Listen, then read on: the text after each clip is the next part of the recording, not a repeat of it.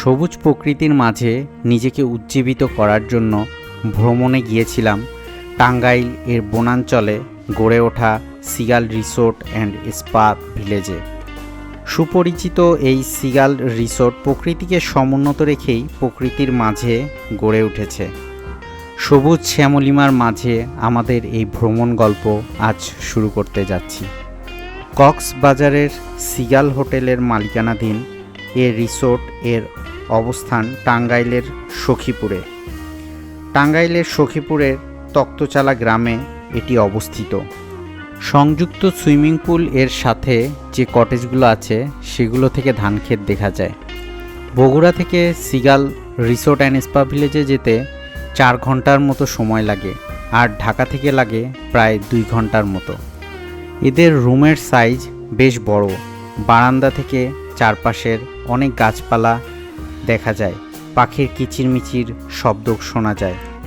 বাহিরের এই দৃশ্য দেখে পুলকিত হওয়ার মতো অবস্থা তৈরি হয়। অন্যান্য রিসোর্টগুলোর মতো এই রিসোর্টটিতেও আভিজাত্যের ছোঁয়া আছে। এদের চেকিং সময় দুপুর 12টা হলেও আমরা একটু আগেই পৌঁছেছিলাম। এদের রুমগুলোর মাঝে আভিজাত্যের ছোঁয়া আছে এবং ইন্টেরিয়র ডেকোরেশন আভিজাত্যের অনুভূতি দেয়। রুমের ভিতরে জায়নামাজ, টেলিভিশন, কিছু ফলমূল, পানির বোতল এসব কিছু আগে থেকেই দেয়া ছিল এবং রুমের বারান্দা থেকে সুইমিং পুলের ভিউ পুরাটাই দেখা যায়। সুইমিং পুলের পাশে যে ধানক্ষেত রয়েছে সেটাও নাকি সিগাল কর্তৃপক্ষের। কিছু গোলপাতা গাছ দেখতে দেখতে আমরা সামনের দিকে এগিয়ে গেলাম। এটা হচ্ছে রিসেপশন বিল্ডিং এবং রিসেপশন বিল্ডিংয়ের পাশেই রয়েছে এদের রেস্টুরেন্ট। তো রিসেপশন বিল্ডিংয়ের সামনে এটা আমগাছতলা। তো আমগাছতলা থেকে একটা সুন্দর পরিবেশ অনুভব করা যায়।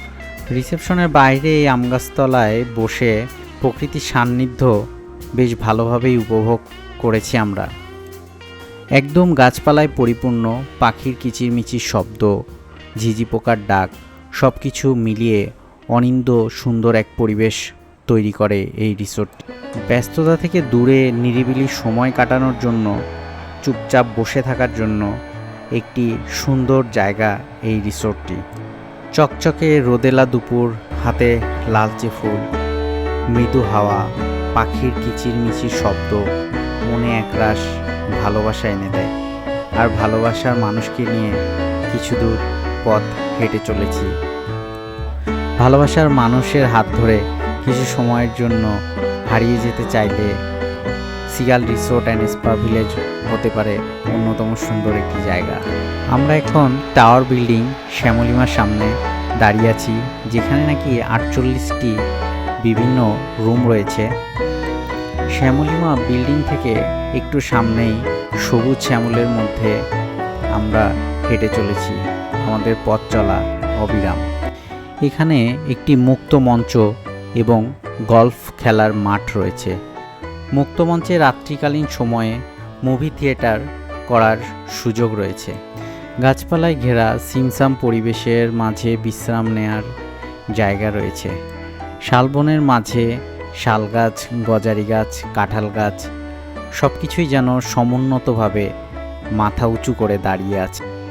সবুজ শ্যামল পরিবেশ থেকে আমরা এখন শ্যামলিমা বিল্ডিংয়ের সামনে। শ্যামলিমা নামকরণের যথার্থতা খুঁজে পাওয়া যায়। শ্যামলিমা ছিল এদের অস্থায়ী রিসেপশন এরিয়া। রাত্রে আলো আঁধারির খেলা, শাল গাছ অনিন্দ সুন্দর একটা পরিবেশ তৈরি করে। তবে একটু ভয় ভয় লাগে। তবে শুনেছি এদের সিকিউরিটি ব্যবস্থা নাকি যথেষ্ট ভালো। রাত্রের পরিবেশ দেখতে আমরা বের হয়েছিলাম, যা আমাদের কখনোই হতাশ করেনি।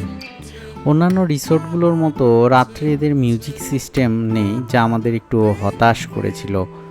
টবে সাজানো বিভিন্ন বাহারি রঙের ফুল যেন আমাদেরকে নিমন্ত্রণ জানাচ্ছিল প্রকৃতির মাঝে।